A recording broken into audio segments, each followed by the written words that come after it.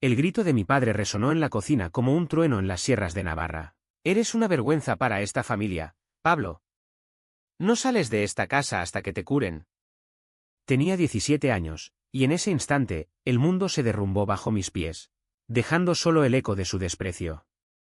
Corrí hacia la puerta, pero su mano me sujetó el brazo con la fuerza de un toro enloquecido, y supe que no era solo ira, era miedo. El miedo de un hombre que prefería romper a su hijo antes que enfrentar la verdad. Pamplona, esa ciudad de piedra y pasión, donde las calles empedradas guardan secretos tan antiguos como las murallas romanas, fue el escenario de mi nacimiento y casi, de mi entierro emocional. Nací en 1995, en una casa modesta del barrio de San Juan, donde el olor a guiso de cordero y el tañido de las campanas de la Catedral de Santa María se mezclaban con las risas de mi madre, que cantaba jotas navarras mientras planchaba las camisas de mi padre. Él, Antonio, no, espera, mi padre se llamaba Javier, un nombre común como su rabia contenida, era un herrero en la fábrica de cuchillos de la zona, un hombre de manos callosas y orgullo navarro que veía en la tradición el único salvavidas contra el caos del mundo. Yo era su único hijo, Pablo, el chico flaco con ojos verdes heredados de mi abuela materna, que prefería dibujar en los márgenes de los libros de historia en lugar de patear un balón en el frontón. Todo empezó a torcerse en el instituto. Tenía 15 años cuando besé por primera vez a un chico, Miguel, en el sótano de la iglesia durante una procesión de Semana Santa. Fue un roce torpe, dulce como el vino de la región, pero suficiente para que el rumor se extendiera como el fuego en los montes de Urbasa. Maricón, susurraban los compañeros en los pasillos del colegio irlandesas, y yo me reía, fingiendo que era una broma, pero por dentro, el nudo en el estómago crecía como una tormenta. Mi padre lo descubrió una tarde de otoño, cuando encontró en mi mochila una carta arrugada que Miguel me había escrito: «Te quiero, Pablo. Eres mi sol en esta ciudad gris». Javier no dijo nada esa noche, solo me miró durante la cena con ojos que ardían como las hogueras de la noche de San Juan. Semanas después, el estallido. Aquella mañana de noviembre, el viento del norte azotaba las hojas ocres por las calles de la avenida de Carlos III, y yo llegaba tarde del colegio, con el corazón latiendo por el recuerdo de una mirada robada a un chico en la plaza del castillo. Entré en casa y allí estaba él, con la carta en la mano, el rostro enrojecido como el vino de Cariñena. «Eres una vergüenza», gritó, y el plato de sopa de verduras que mi madre había preparado se estrelló contra la pared, salpicando caldo caliente sobre el azulejo pintado a mano. Mi madre, Elena, sollozaba en un rincón, sus manos temblando sobre el delantal bordado con motivos navarros. «Javier, por Dios, es nuestro hijo», suplicó, pero él la calló con un gesto, como si ella fuera una intrusa en su propia casa. Me arrastró al salón, donde el crucifijo de madera colgaba sobre la chimenea como un juez silencioso. «Esto no es natural, Pablo. Dios no lo permite, la Iglesia no lo permite, y yo, como tu padre, menos aún». Sus palabras eran cuchillos, afilados en la forja de su machismo heredado de generaciones de pastores en las Bardenas reales. Me obligó a arrodillarme, a rezar el Ave María una y otra vez, pero yo solo sentía el frío del suelo de baldosas contra mis rodillas y el peso de su mano en mi nuca. Esa noche, mientras la ciudad dormía bajo la llovizna típica de Pamplona, él llamó a un amigo de Zaragoza, un psicólogo que prometía curas para almas perdidas. «Lo enviaremos a tratamiento», dijo, y yo, aterrorizado, no protesté. ¿Qué podía hacer? Era un niño en una casa donde el honor familiar era más sagrado que la sangre. El tratamiento fue en una clínica discreta en las afueras de Tudela, a 1 hora en coche de Pamplona, un lugar que olía a desinfectante y a hipocresía. Me internaron allí durante 3 meses, bajo el pretexto de un retiro espiritual, para mis compañeros de clase. Javier me llevó en su viejo Seat Ibiza, el silencio entre nosotros tan denso como la niebla del Ebro. «Esto es por tu bien, hijo. Volverás siendo un hombre de verdad», murmuró al dejarme en la puerta, y sus ojos evitaron los míos, como si mirarme fuera a contagiarse de mi enfermedad. La clínica era un edificio anodino, con jardines cuidados donde monjas paseaban a pacientes que murmuraban oraciones entre dientes. El terapeuta, un hombre de bigote gris y gafas de montura metálica llamado don Ramiro, me recibió con una sonrisa que no llegaba a los ojos. «Aquí aprenderemos a controlar esos impulsos desviados, Pablo. La oración y la disciplina lo curan todo». Los días se fundían en un ritual de humillación. Por las mañanas, sesiones de terapia conversacional donde me obligaban a recitar pecados imaginarios, a describir cómo elegí ser así para herir a mi familia. Piensa en tu padre, en el sacrificio que hace por ti, repetía don Ramiro, mientras yo apretaba los puños bajo la mesa de roble. Tardes de exposición, donde veíamos vídeos de familias normales, padres con hijos en corridas de toros, madres horneando talos en fiestas patronales, y yo tenía que afirmar en voz alta, quiero eso. Quiero ser normal. Las noches eran peores, aislamiento en una celda blanca, con una Biblia abierta en el Salmo 119, y el eco de mis propios sollozos. Una vez, en un arrebato de rabia, rompí el espejo del baño, y la sangre de mis nudillos manchó el lavabo como un estandarte de rebelión. No era sangre derramada en la arena de un encierro, sino en el silencio de mi propia jaula. Mi madre venía a visitarme los domingos, trayendo empanadas de hojaldre rellenas de confit de pato, su forma de decir, te quiero sin palabras. Se sentaba al otro lado del cristal de la sala de visitas, sus ojos hinchados por el llanto, y me contaba chismes de Pamplona, la nueva tienda de queso en el mercado de Santo Domingo, las peleas entre vecinos por el ruido de las charangas en San Fermín. Tu padre te echa de menos, Pablo. Solo quiere lo mejor, mentía, y yo asentía, porque amaba a esa mujer que había tejido mi primera bufanda con lana de oveja merina. Pero en el fondo, el resentimiento crecía como hiedra en las paredes de la ciudadela. ¿Por qué él no podía amarme como era? ¿Por qué mi ser era un crimen en la tierra de Goya y Hemingway?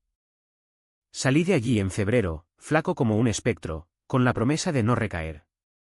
Javier me abrazó en la puerta, un abrazo rígido como las estatuas de los reyes navarros en la catedral. Bienvenido a casa, hijo. Ahora empieza de verdad tu vida. Pero la casa ya no era hogar, era un teatro donde yo interpretaba el rol de hijo perfecto. Ayudaba en la forja, jugaba al mus con los tíos en las verbenas. Evitaba las miradas en las peñas de la calle San Nicolás. En secreto, guardaba un diario bajo el colchón, páginas llenas de anhelos por cuerpos masculinos, por besos que no fueran pecados. Y entonces, en la primavera de 2013, durante las fiestas de San Fermín, lo vi, Antonio. Antonio era un forastero, un periodista madrileño de 35 años que cubría la carrera de los toros para un diario nacional.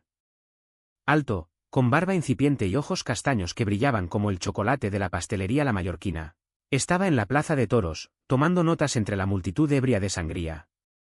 Yo había escapado de la casa familiar para unirme a la juerga, disfrazado con una camiseta blanca manchada de vino, el pañuelo rojo al cuello como un lazo de desafío. Nuestras miradas se cruzaron cuando un toro joven embistió la barrera cerca de donde él estaba, y yo lo empujé instintivamente hacia atrás, salvándolo de un cuerno que rozó su chaqueta. Gracias, chaval. Eres un héroe, río, y su mano en mi hombro fue el primer toque eléctrico desde la clínica. Pasamos la noche bebiendo calimocho en un bar de la calle Espoz y Mina, hablando de todo y nada, de las leyendas de San Fermín, de cómo Hemingway había inmortalizado Pamplona en sus novelas, de cómo él había dejado Madrid por el periodismo itinerante para huir de un divorcio amargo. La vida es como un encierro, corres o te pisan, dijo, y yo asentí, ocultando mi propio encierro interno. Al amanecer, en el puente sobre el río Arga, me besó.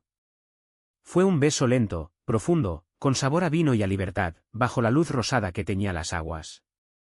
Eres precioso, Pablo, murmuró contra mis labios, y por primera vez en años, creí que alguien me veía de verdad. Nuestra historia floreció en secreto durante el verano.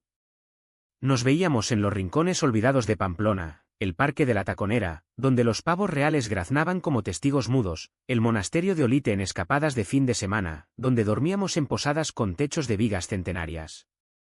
Antonio era todo lo que Javier no, tierno, abierto, con un humor que citaba a Quevedo para hacer reír. Me contaba de su infancia en Lavapiés, de cómo había salido del armario a los 20 y perdido amigos, pero ganado una familia elegida. El amor no se trata, se vive, decía, y yo me abría como una flor al sol, contándole fragmentos de mi tratamiento, aunque no todo. No le dije lo profundo que había calado el veneno de la vergüenza, como aún me despertaba sudando, soñando con las sesiones de don Ramiro. Pero los secretos tienen raíces que se enredan. En septiembre, cuando Antonio propuso que me mudara con él a Madrid, el pánico me invadió. Javier había empezado a sospechar, notaba mis ausencias, las sonrisas que no podía borrar de la cara.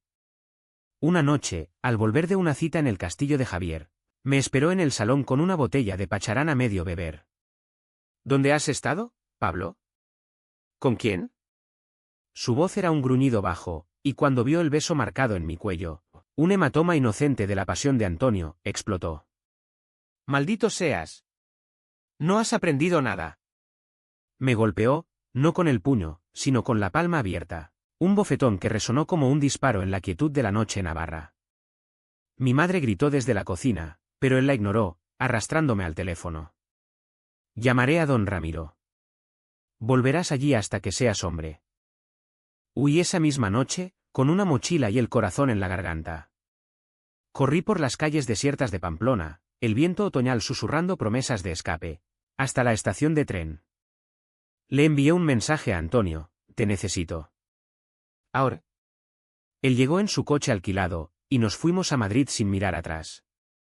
Por un tiempo, fue paraíso, un piso pequeño en Malasaña, con vistas a la Gran Vía, donde cocinábamos paella valenciana y hacíamos el amor hasta el amanecer. Pero el pasado no se borra con besos, se acumula como polvo en las grietas. En Madrid, la ciudad de los 1000 rostros, Antonio y yo construimos un refugio frágil. Él trabajaba freelance, escribiendo artículos sobre cultura queer para revistas independientes, mientras yo estudiaba diseño gráfico en la Universidad Complutense, becado por una fundación que apoyaba a jóvenes artistas de provincias. Nuestras mañanas empezaban con café solo y croissants de la panadería de la esquina, riendo de los turistas perdidos en Sol. Eres mi musa navarra, bromeaba él, trazando mapas invisibles en mi espalda con los dedos. Y yo me perdía en sus ojos, olvidando por momentos el eco de la clínica en Tudela. Pero los fantasmas viajan con uno. Javier no cejó en su búsqueda, me bombardeaba con llamadas que yo bloqueaba, mensajes que borraba sin leer. Vuelve a casa, hijo. Esto es un error de juventud. Mi madre, en cambio, era el puente tembloroso. Me enviaba paquetes con chorizo de Pamplona y cartas perfumadas a lavanda, suplicando reconciliación. Tu padre sufre, Pablo.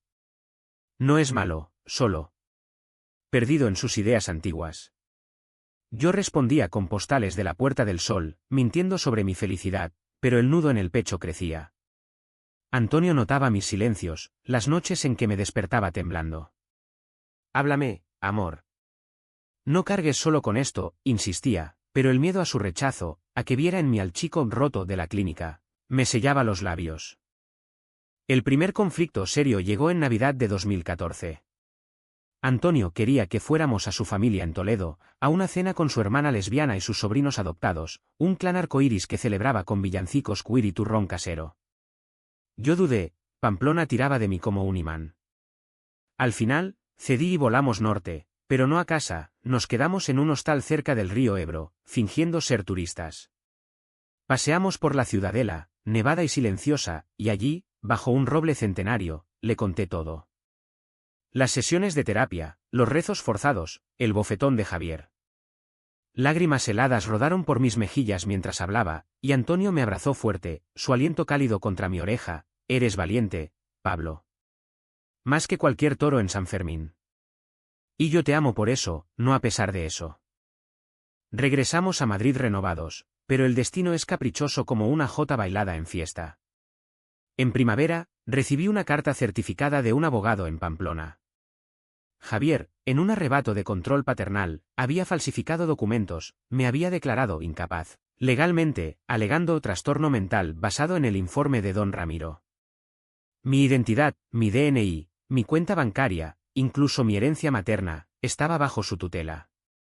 Hasta que no te cures, no eres libre, decía la carta, con su firma garabateada como una sentencia de muerte.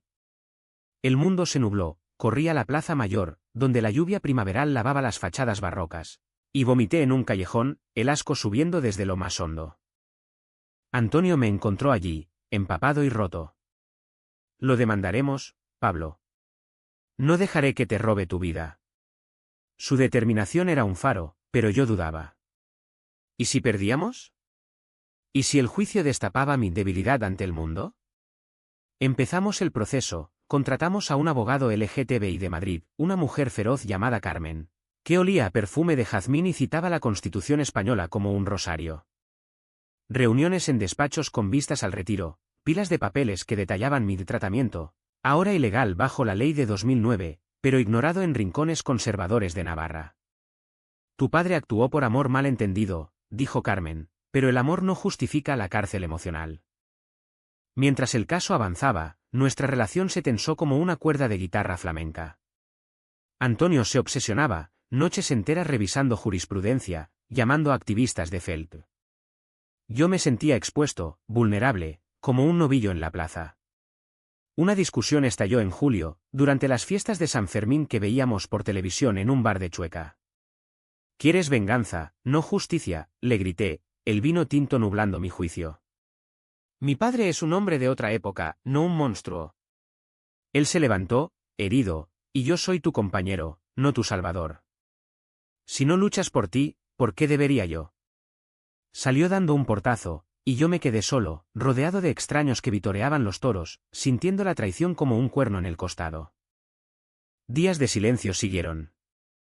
Antonio se mudó temporalmente a casa de un amigo en Lavapiés, y yo vagaba por Madrid como un alma en pena, durmiendo en el sofá de la universidad. En esas noches, los recuerdos me asaltaban, la mano de Javier en mi hombro al enseñarme a forjar un cuchillo, su orgullo cuando gané un premio de dibujo en el colegio. ¿Era todo mentira? ¿O el amor paterno podía convivir con el odio? Llamé a mi madre, y su voz quebrada al teléfono fue un bálsamo. «Vuelve, Pablo. Habla con él». El orgullo navarro nos ciega, pero el corazón late más fuerte. Animado, viajé a Pamplona solo, en tren nocturno, el paisaje de viñedos de La Rioja pasando como un borrón. La casa familiar en San Juan estaba igual, el portalón de madera con el escudo tallado, el aroma a leña quemada en la chimenea. Javier abrió la puerta, envejecido, con arrugas que surcaban su frente como grietas en la tierra seca. «Hijo», murmuró, y por un segundo, vi al padre que me llevaba a pescar al Irati. Nos sentamos en la cocina, con una botella de vino de Mendavia entre nosotros. «Lo hice por ti», dijo, las palabras pesadas como plomo. En mi juventud, vi a un primo mío destruido por lo mismo. No quería eso para ti. La sociedad. La iglesia. Me convencieron de que era una enfermedad. Lágrimas rodaron por sus mejillas, las primeras que le veía, y yo sentí una punzada de compasión mezclada con furia. Me robaste mi identidad, padre. No solo mi orientación, sino mi derecho a ser yo. Hablamos hasta el alba, desenterrando capas de dolor, su infancia huérfana en las Bardenas, el miedo a perder el único legado que tenía, un hijo perfecto. Volví a Madrid con una promesa, él testificaría en el juicio, admitiendo su error. Pero Antonio, al enterarse, explotó en celos mal disimulados. ¿Le perdonas tan fácil? ¿Después de todo? Cenamos en un restaurante de tapas en La Latina, el aire cargado de reproches. No es perdón, es humanidad, respondí, pero él vio traición. Yo he sangrado por esto, Pablo. Tú corres de vuelta a sus brazos. La discusión escaló, platos chocaron, voces atronaron como truenos en la sierra de Guadarrama. Tal vez Javier tenga razón. Tal vez soy defectuoso, grité, y Antonio palideció. Salió, dejándome con el sabor amargo de las aceitunas aliñadas. El juicio se acercaba, programado para septiembre en los juzgados de Pamplona. Volé solo, el estómago revuelto como el mar en una galerna. Antonio y yo nos reconciliábamos a trompicones por mensajes, te amo, pero duele, pero la distancia emocional era un abismo. En la ciudad, el otoño pintaba las hojas de oro en el parque de la Ciudadela, y yo paseaba solo, reflexionando sobre el amor, ¿era posesión o liberación? Mi madre me hospedó en una habitación de invitados, con sábanas bordadas a mano, y Javier. Javier me evitaba, murmurando excusas sobre la forja.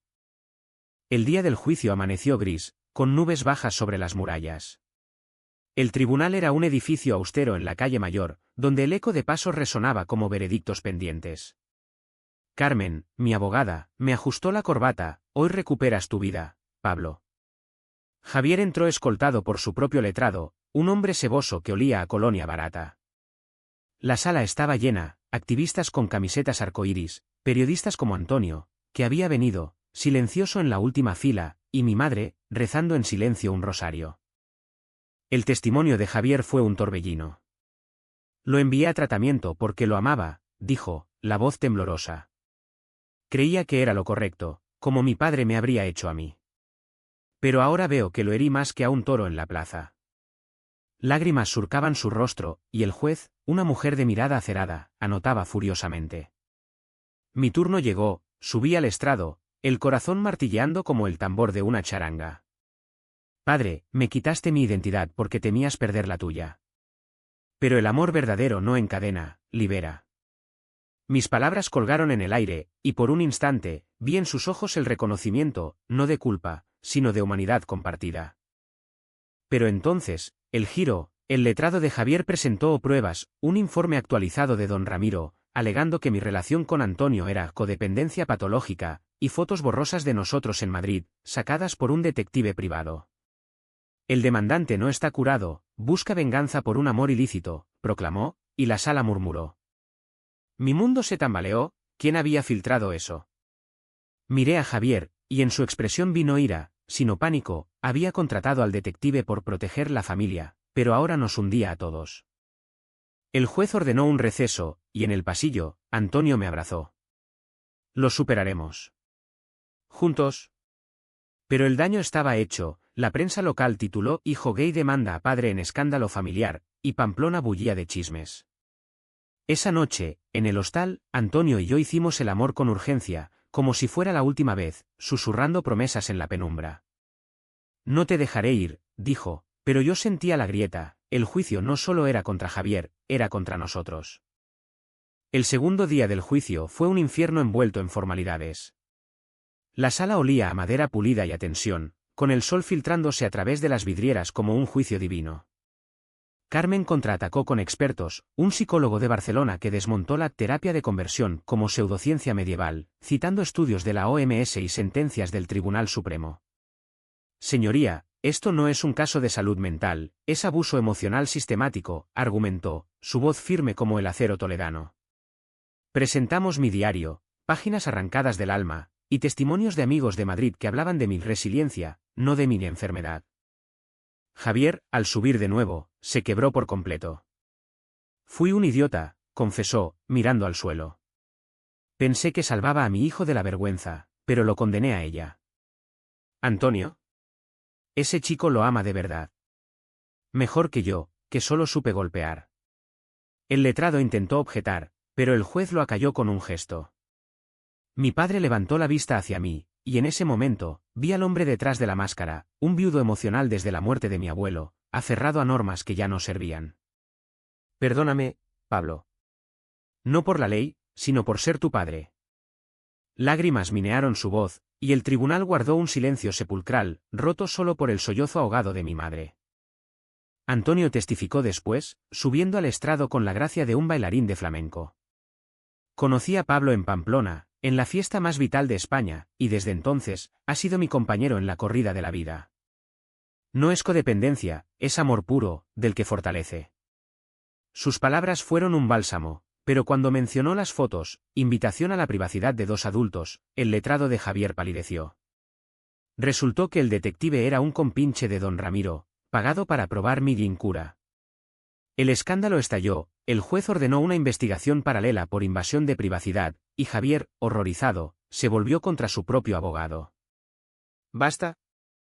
Retira la demanda contra mí mismo», gritó, y la sala estalló en murmullos. El veredicto llegó al atardecer, cuando las campanas de la catedral tañían vísperas. Se declara nula la tutela impuesta sobre el demandante, Pablo apellido, devolviéndole plena capacidad legal y control sobre sus bienes, leyó la juez, su voz resonando como un cierre de compuertas. Adicionalmente, se impone una orden de alejamiento contra terceros que promuevan terapias de conversión, y se recomienda terapia familiar voluntaria. El mazo golpeó la madera, y yo colapsé en brazos de Carmen, sollozos de alivio mezclados con rabia residual. Javier se acercó, vacilante, y nos abrazamos, un abrazo torpe, navarro, lleno de espinas y esperanza. «Hijo. Bienvenido de vuelta», murmuró, y por primera vez, creí que era sincero. Pero el verdadero clímax vino después, en la intimidad. Antonio y yo salimos del tribunal hacia la plaza del castillo, donde la noche caía como un manto estrellado. La ciudad bullía con el preludio de las fiestas, Chistularis tocando melodías antiguas en las esquinas. Nos sentamos en un banco bajo los plátanos, una botella de vino de la tierra compartida. Lo logramos, dije, pero él guardó silencio, sus ojos fijos en el horizonte. Sí, pero... ¿Y nosotros? Su voz era un hilo frágil. Durante el juicio, había descubierto algo, en su afán de protegerme, había contactado a don Ramiro anónimamente, buscando consejos para ayudarme, y el terapeuta lo había manipulado, sembrando dudas en su mente. Pensé que tal vez... Tenías razón en dudar. Que yo era parte del problema. El mundo se detuvo. La traición no era de Javier, sino de Antonio, mi ancla, que había vacilado en la tormenta. ¿Me investigaste? A mi pasado, susurré, el vino volviéndose agrio en mi boca. Él asintió, lágrimas brillando. Quería curarte yo mismo, Pablo. Pero terminé hiriéndote más. La furia subió como una ola en la playa de la Concha, lo empujé, gritando improperios en euskera aprendido de la tele, atrayendo miradas de transeúntes. ¿Cómo pudiste? Después de todo lo que pasé por gente como tú, que quiere ayudar. Corrí, cegado por la rabia, hacia el río Arga, donde el agua negra reflejaba las luces de los puentes. Pasé la noche en vela, caminando por las murallas, el viento norte azotando mis lágrimas. PHNN y NGCM se entretejían, PHNN por su debilidad, NGCM por su miedo a perderme. Al amanecer, encontré a mi madre esperándome en casa, con café y un plato de pinchos. El amor es como el encierro, Pablo, duele, pero te hace correr más rápido. Llamé a Antonio, y nos encontramos en el parque de la Taconera, entre pavos reales que graznaban indiferentes. Te odio por lo que hiciste, dije, pero te amo más por intentarlo. ¿Solo? No más secretos. Él cayó de rodillas, prometiendo terapia conjunta, transparencia absoluta. Nos besamos bajo el sol naciente, un beso salado de lágrimas y redención. Meses después, el juicio contra don Ramiro y la clínica avanzaba, con Javier como testigo clave, su confesión pública en un diario local, un padre arrepentido, fue un escándalo que sacudió Navarra. Antonio y yo nos mudamos a un piso en Pamplona, cerca de la familia, equilibrando raíces y alas. Él escribió un libro sobre nuestra historia, Corriendo con el toro interior, que se convirtió en bestseller, donando ganancias a asociaciones LGTBI. Yo expuse mis dibujos en la Galería del Castillo, retratos de hombres libres en paisajes navarros, y Javier vino a la inauguración, orgulloso, con una sonrisa que no había visto desde mi infancia. No fue un final de cuento de hadas, las cicatrices quedan, como marcas de cuernos en la piel. Pero en las fiestas de San Fermín de 2016, corrimos juntos el encierro, Antonio, Javier y yo, el polvo levantándose bajo nuestros pies, el rugido de la multitud un himno a la vida. En la curva de la Telefónica, Javier tropezó, y yo lo sostuve, riendo. Gracias, hijo, jadeó, y supe que habíamos ganado, no la carrera, sino la humanidad. Hoy, en 2025, miro atrás desde nuestra casa en las afueras, con vistas a las sierras, y escribo esto no por venganza, sino por sanación. El amor, en esta tierra de pasión y piedra, no se trata, se forja, como un cuchillo en la herrería de la vida. Y nosotros, Pablo y Antonio, somos la hoja afilada que corta las cadenas.